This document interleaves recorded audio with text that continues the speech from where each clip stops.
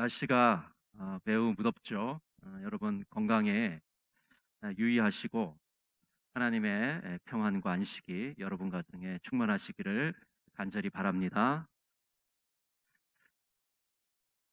여러분은 주변 사람들로부터 받아들여지지 않는다고, 용납되지 않는다고 느끼신 적이 있으십니까?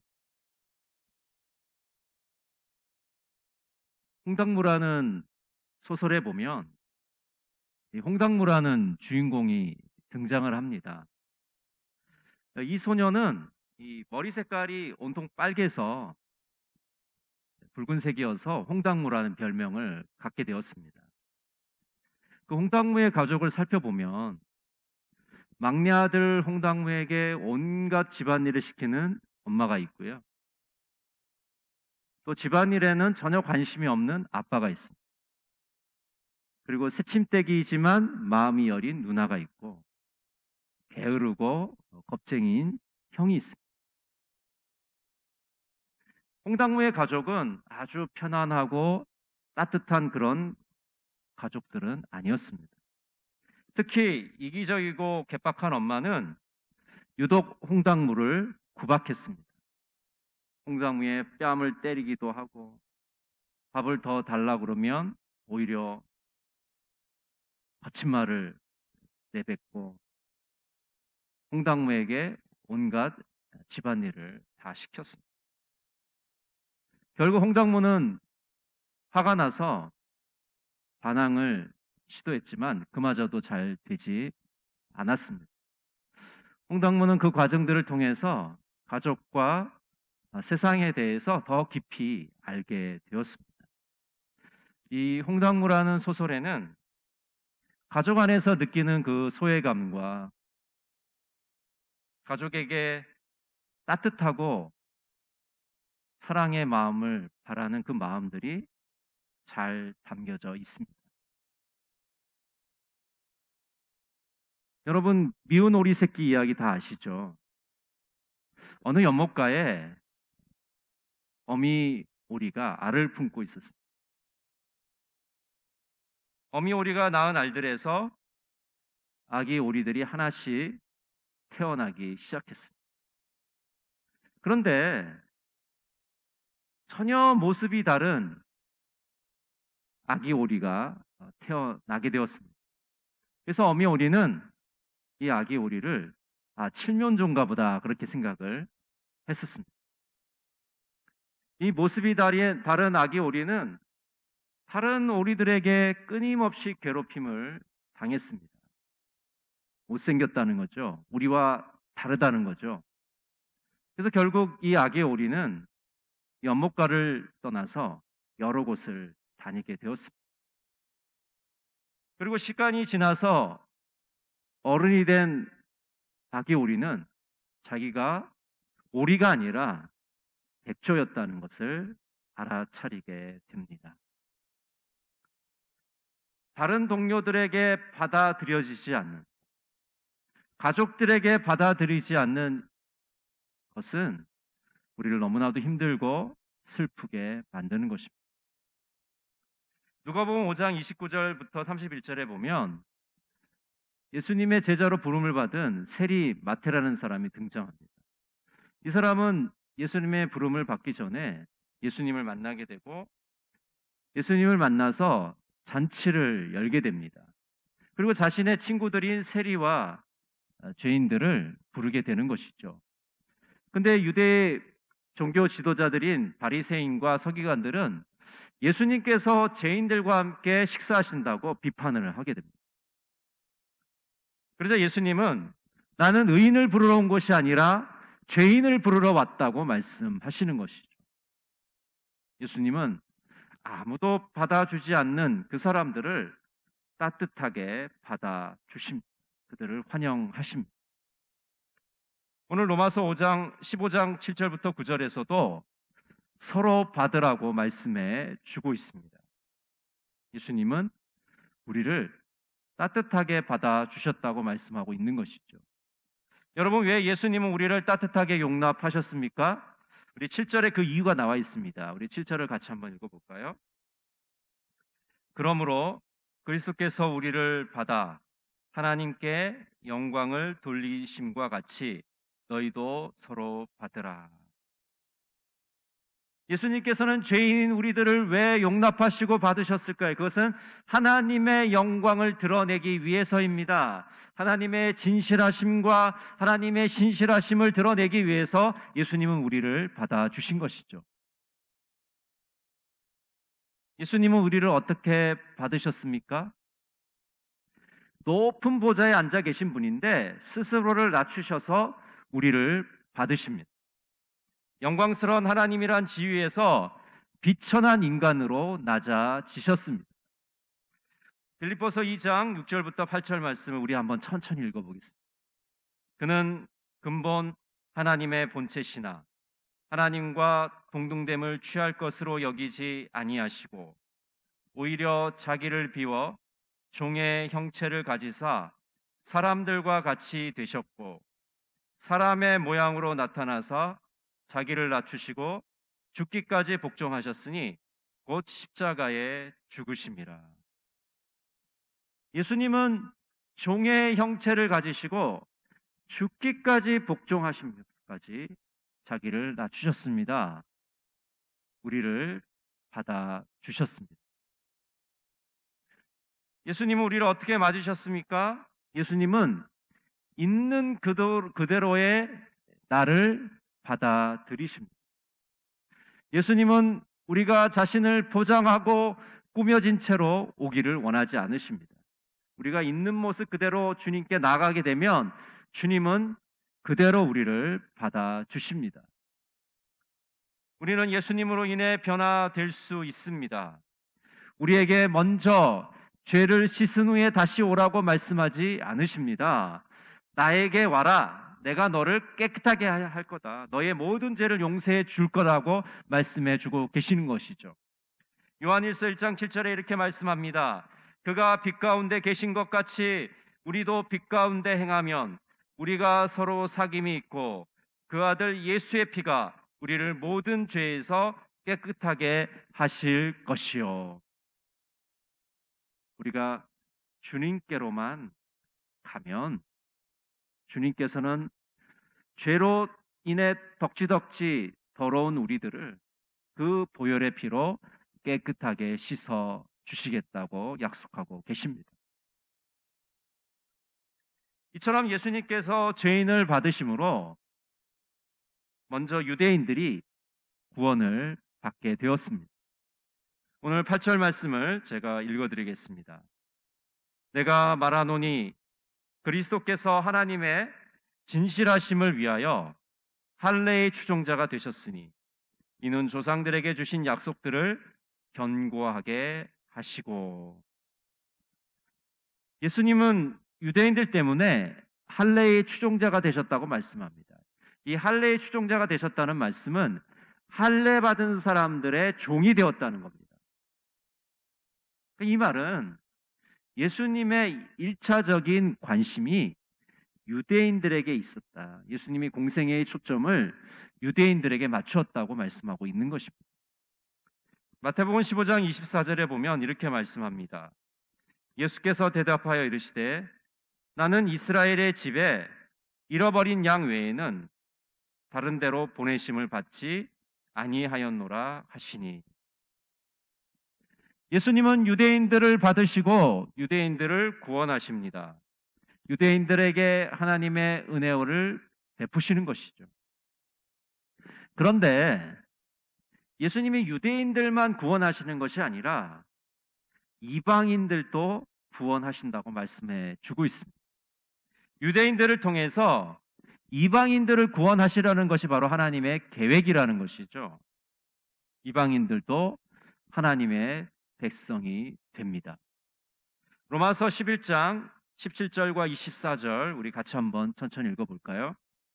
또한 가지 얼마가 꺾이었는데 돌 감람나무인 내가 그들 중에 젖붙임이 되어 창 감람나무 뿌리에 진액을 함께 받는 자가 되었은즉 내가 원 돌감나무에서 찍힘을 받고 본성을 거슬러 좋은 감람나무의 젖붙임을 받았으니 원가지인 이 사람들이야 얼마나 더 자기 감람나무에 접붙이심을 받으랴.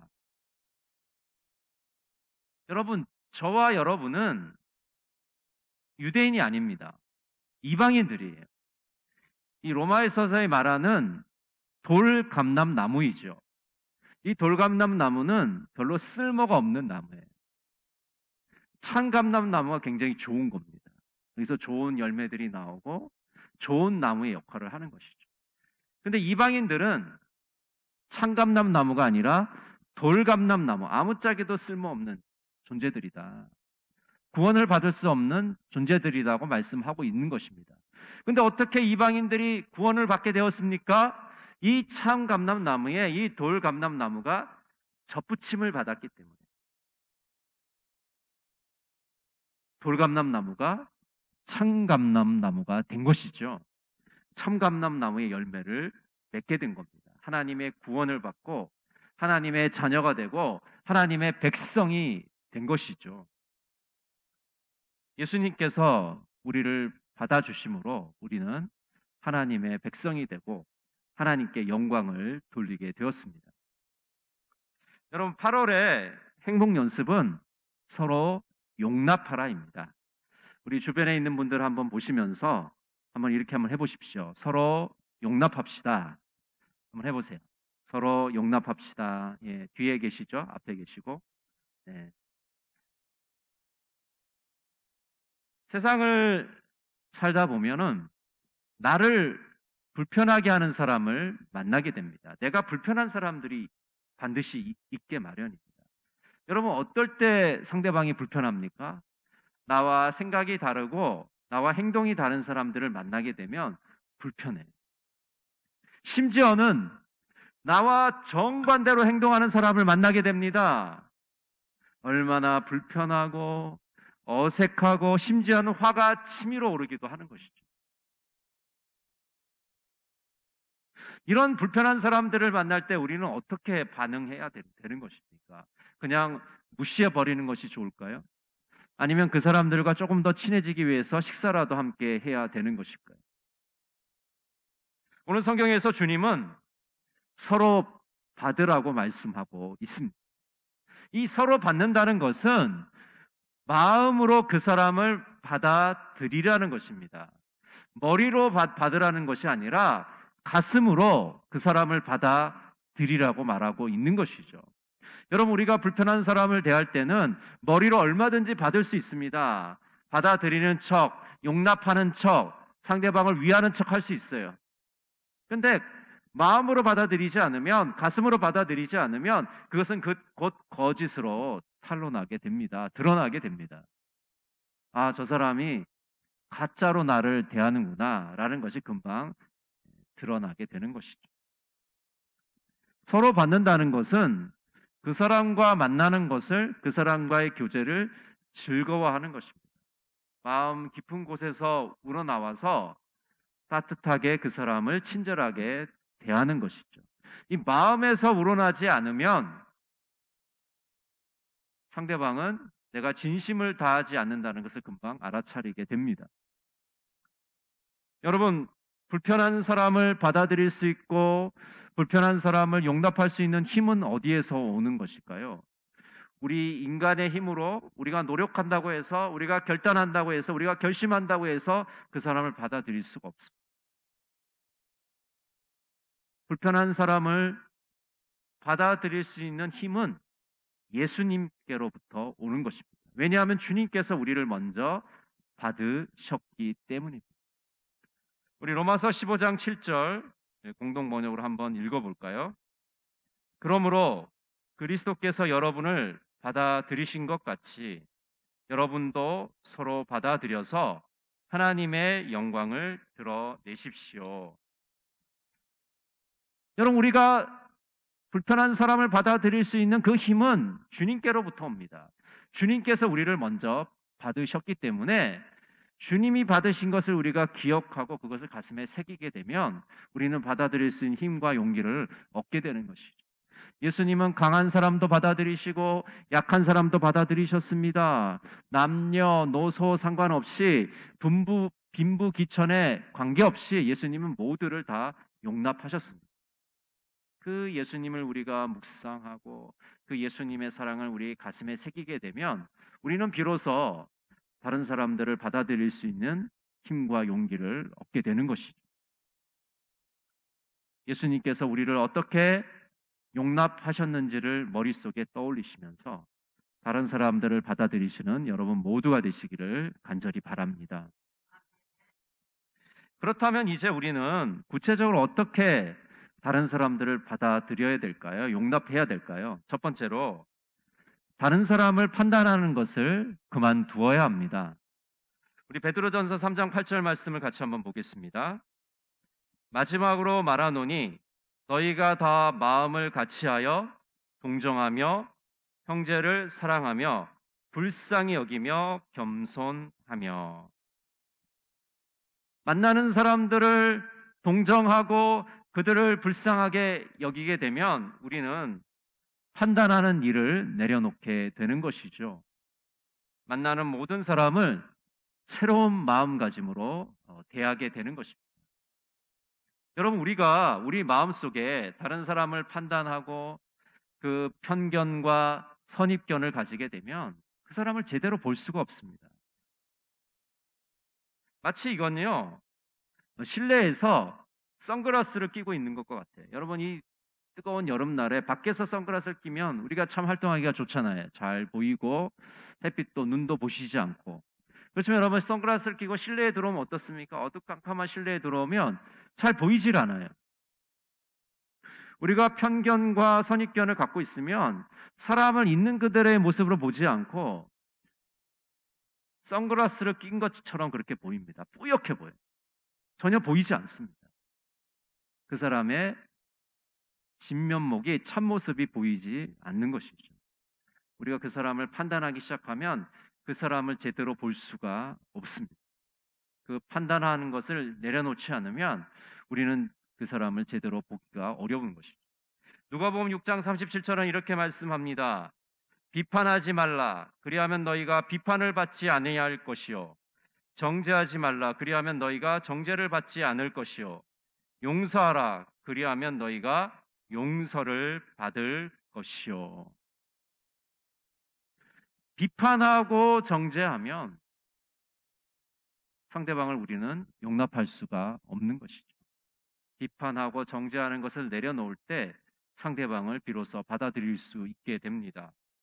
행복은 다른 사람을 지적하는 데서 오는 것이 아니라 다른 사람을 용납할 때 행복은 우리를 찾아오게 됩니다.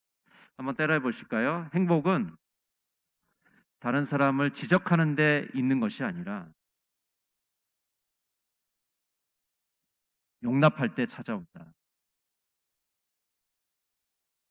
다른 사람의 잘못을 지적하고 약점을 소문을 퍼뜨리고 정죄하고 판단하고 비판하면 우리는 뭐 한순간은 즐거울지 몰라도 결국 우리는 행복한 삶을 살 수가 없습니다. 다른 사람들의 허물을 덮어주고 그 사람을 받아들이고 용서할 때 우리 마음속에 진정한 행복이 찾아오게 되는 것이죠. 우리가 흔히 헛똑똑이란 말을 많이 쓰잖아요. 헛똑똑이. 똑똑한데 결국은 헛되다는 것입니다. 그 똑똑함이 아무런 유익도 주지 못하고 아무런 선한 영향력도 미치지 못하는 것이죠. 모든 사람을 행복하게 만드는 게 아니라 불행하게 만드는 것이죠. 다른 사람을 지적하기보다 그 사람을 용서해 줄 때 우리는 참된 행복을 맛보게 됩니다. 두 번째로 서로 용납하기 위해서는 상대방의 말에 귀를 기울여야 됩니다. 경청해야 됩니다. 상대방의 말에 귀를 기울이지 않게 되면 서로 언쟁하게 되는 것이죠.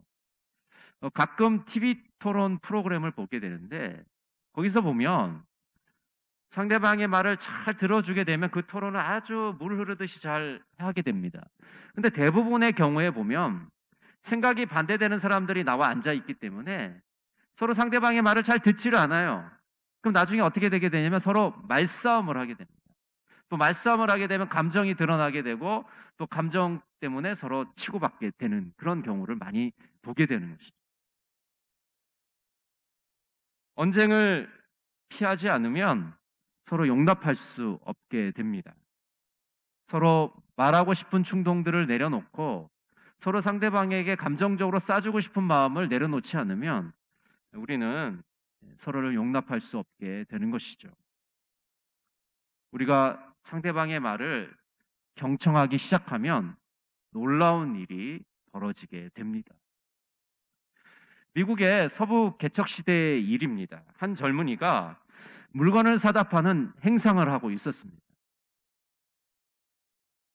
하루는 물건을 주문해 놓고 기다리는 동안에 우연히 허름한 옷을 입은 어떤 노인이 다가와서 일방적으로 말을 걸기 시작했습니다. 여러분, 보통 모르는 낯선 사람이 와서 말을 막 걸기 시작하면 여러분 불편합니까? 편안합니까? 불편하죠. 이 사람이 누군지도 모르겠고 그 일방적으로 말을 걸고 계속 말을 하는 거예요. 그런데도 이 청년은 아주 예의 바르게 진지하게 그 노인의 이야기를 들어주었습니다. 그래서 이 노인이 자기를 따라오라는 거예요. 여러분, 일방적으로 말을 듣는 것도 지금 힘든데 갑자기 자기 따라오라는 거예요. 근데 이 젊은이는 그 노인을 따라갔습니다. 따라갔더니 사장실로 들어가는 거예요. 그 노인이 바로 그 회사의 사장이었다.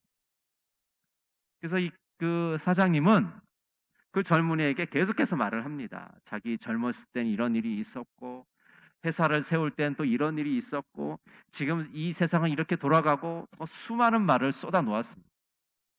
근데 이 젊은이는 싫은 기색 없이 그 사장님의 말을 진지하게 잘 들어주었습니다. 그래서 그 뒤로도 이 사장님은 종종 이 젊은이를 불러서 이야기를 들려주었습니다.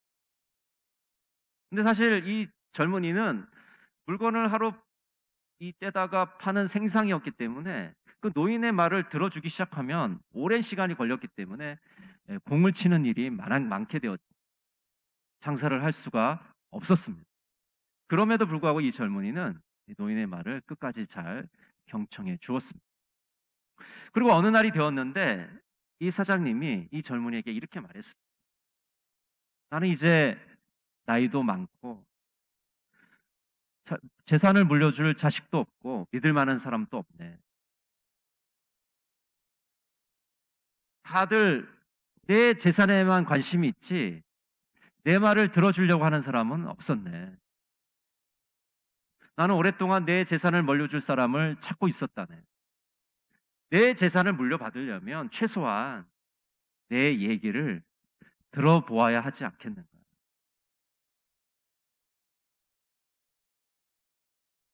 내 재산을 물려받을 사람은 바로 자네일세.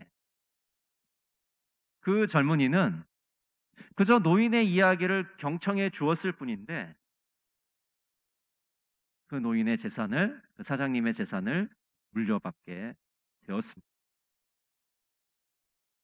그 젊은이는 그 노인의 말을 경청해 주었고 그 노인의 빈 마음은 그 젊은이를 통해서 채워지게 되었던 것입니다.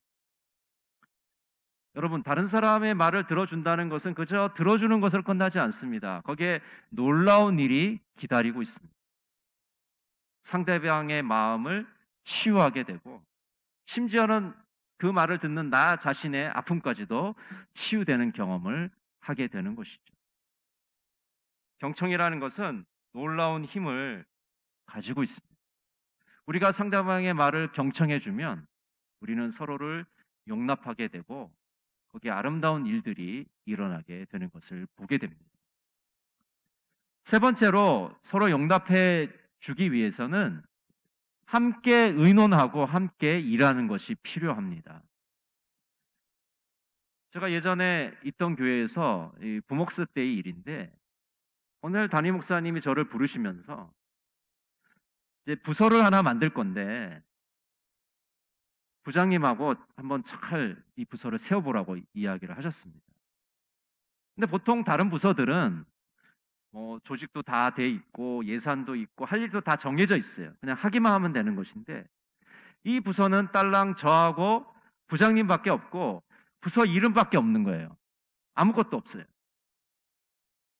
그러니까 참 어떻게 해야 되나 막막한 상황이었습니다. 부장님이 이렇게 얘기를 하더라고요. 먼저 총무를 세워놓고 셋이서 한번 의논을 해봅시다.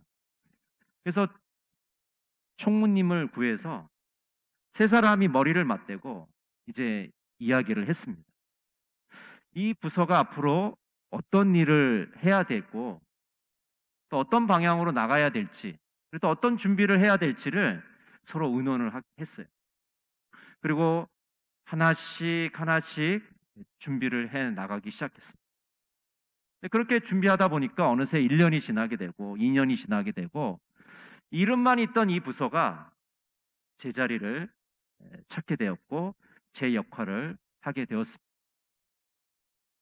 달랑 두 사람이 이름만 있는 부서를 맡았지만 서로 의논하고 서로 함께 일하면서 의미 있는 결과물을 만들게 되었습니다.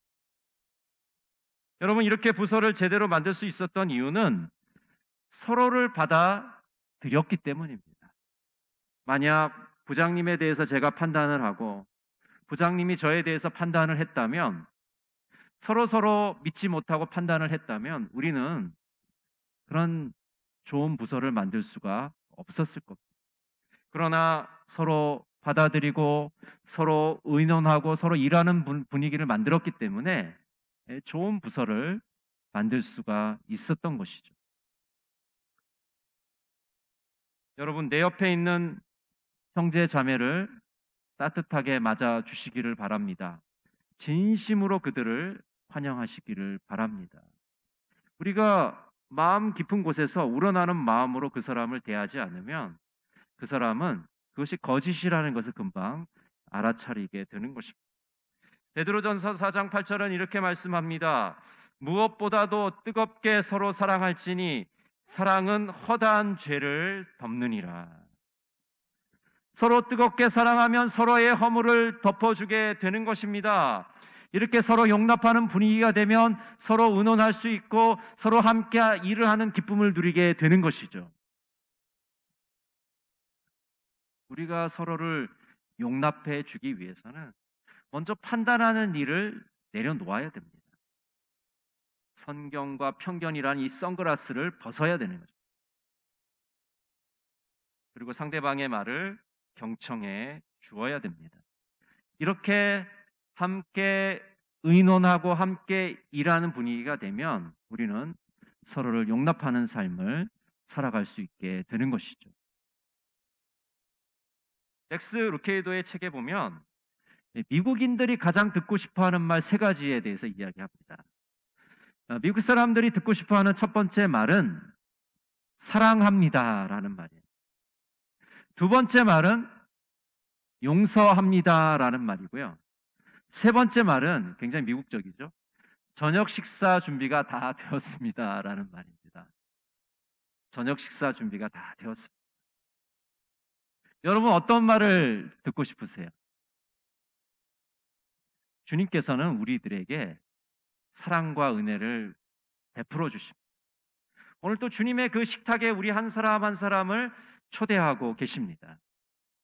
여러분 주님께서 우리를 초대하고 있는 그 식탁에 여러분 다 응답하시기를 바랍니다. 여러분의 주변을 한번 돌아보시기를 바랍니다. 나는 주변 사람들에게 받아들여지고 있는가? 가족들에게 드려지고 있는지 아니면 내가 만나는 사람들에게 받아들여지고 있는지 친구들에게 받아들여지고 있는지 우리가 서로 받아들이고 용납함으로 진정한 행복을 맛보시는 이번 8월 한 달이 되시기를 간절히 바랍니다. 기도하겠습니다. 사랑의 하나님 아버지, 은혜를 감사합니다. 우리가 살아가면서 때로는 불편한 사람들을 만나게 되고